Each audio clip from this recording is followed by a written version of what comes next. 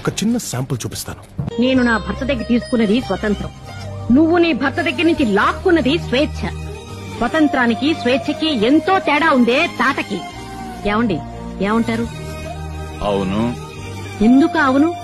నువ్వేమన్నా అవును. అమ్మ ఏమన్నా? ఇంగ్రెద్దుల కలవపడమేనా మీ పని? అవును.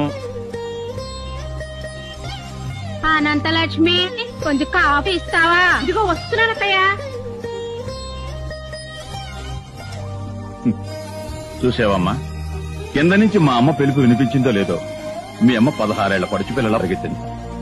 ఆ ప్రేమకి, అభిమానానికి, ఆ మర్యాదకి, మన్ననకి, ఆ వినయానికి, విచక్షణకి మీ నాన్న ఎప్పుడు గంగిరెద్దేనమ్మా.